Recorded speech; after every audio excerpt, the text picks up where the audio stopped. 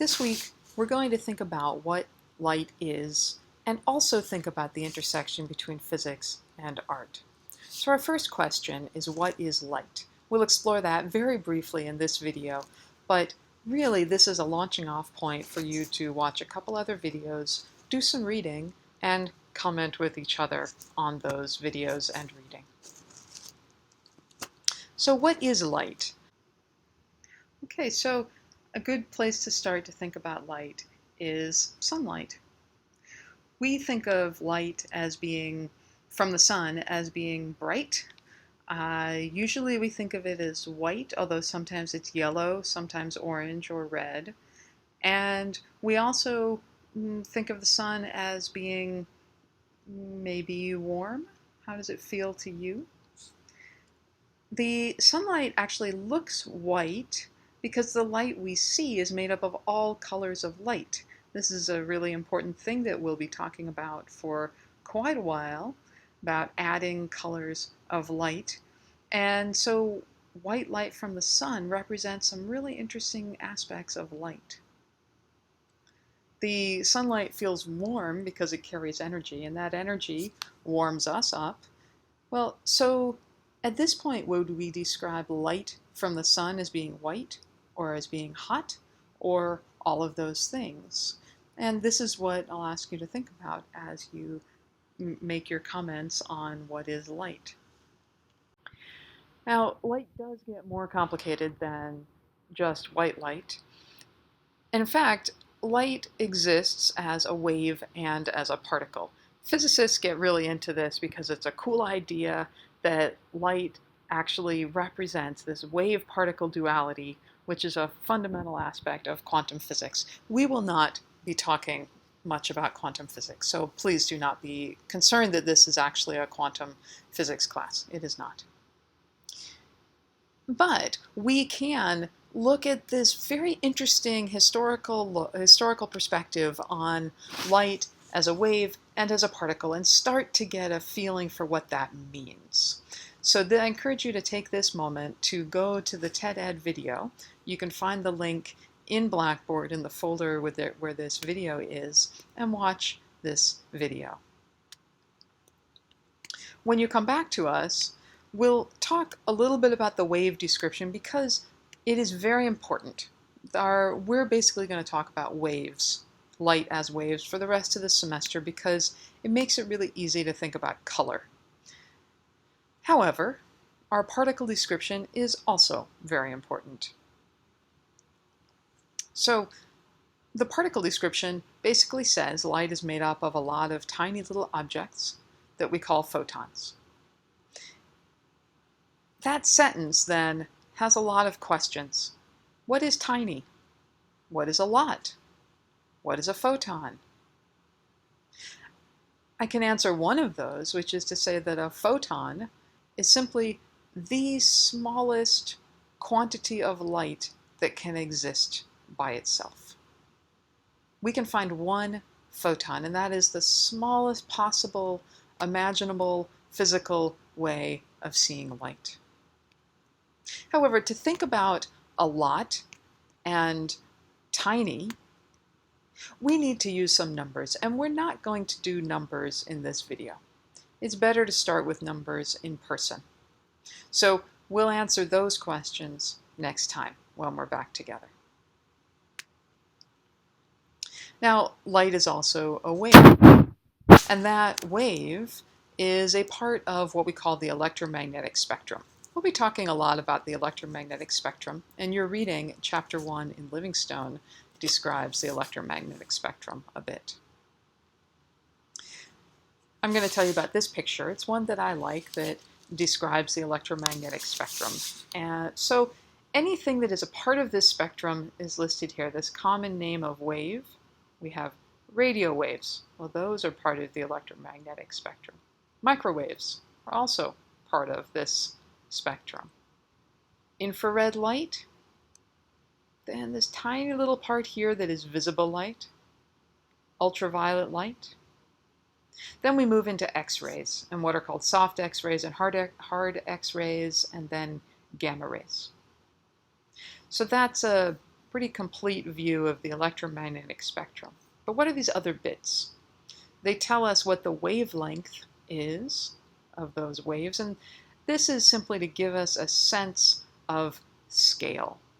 So radio waves are very large. They're very long, like the size of a soccer field. Microwaves are more like the size of a period. And then around visible light, the wavelengths are like the size of bacteria or a virus. X-rays are the size of molecules and parts of cells in our bodies. And that's one reason that these X-rays are dangerous for us, because they interrupt the way that the molecules in our bodies form or are formed. Okay, and then where do these waves come from? So now we have sources. Radio waves come from radio towers. Microwaves, yes, they could come from microwave ovens, also from radar signals. And people give off heat, which is infrared light. Something like a light bulb or the sun gives off visible light as well as heat. And then we have other machines that create these very short wavelength parts of the electromagnetic spectrum, as well as radioactive elements. So there's a lot here. We will not be focusing on most of that spectrum. In fact, we're only looking at a tiny little part of it, which is the visible spectrum. So when we look at visible wavelengths, we will be discussing this little region. We'll talk more about the numbers. As I said, we're not doing numeric things in this class or in this lecture so much. But I have to say the numbers anyway because I speak this way. So visible wavelengths go from about 400 nanometers to about 700 nanometers. And they represent all these colors from blue through green into yellow, orange, red, and this is really more red.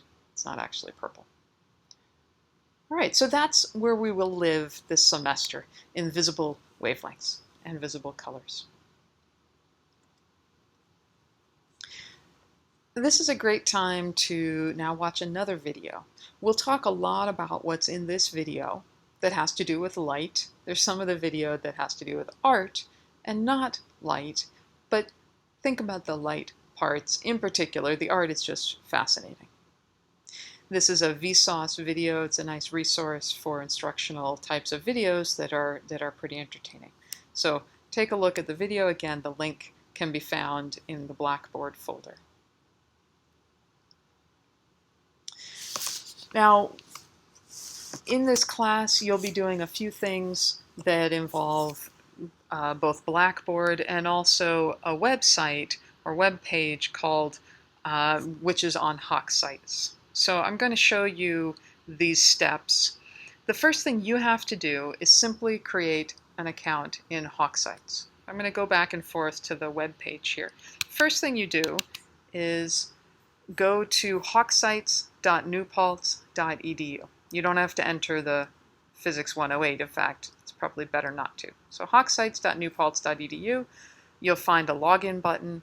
You'll click that button, and you will enter your usual New Paltz username and password. So you hit login, and it will load whatever information you have about so far at HawkSites. This site will not appear yet. After I add you to the site, when you click up here on My Sites, you will see it. But you won't see that the first time you log in. Notice step 2. Step 1, you log in. Step 2, I add you to our class page.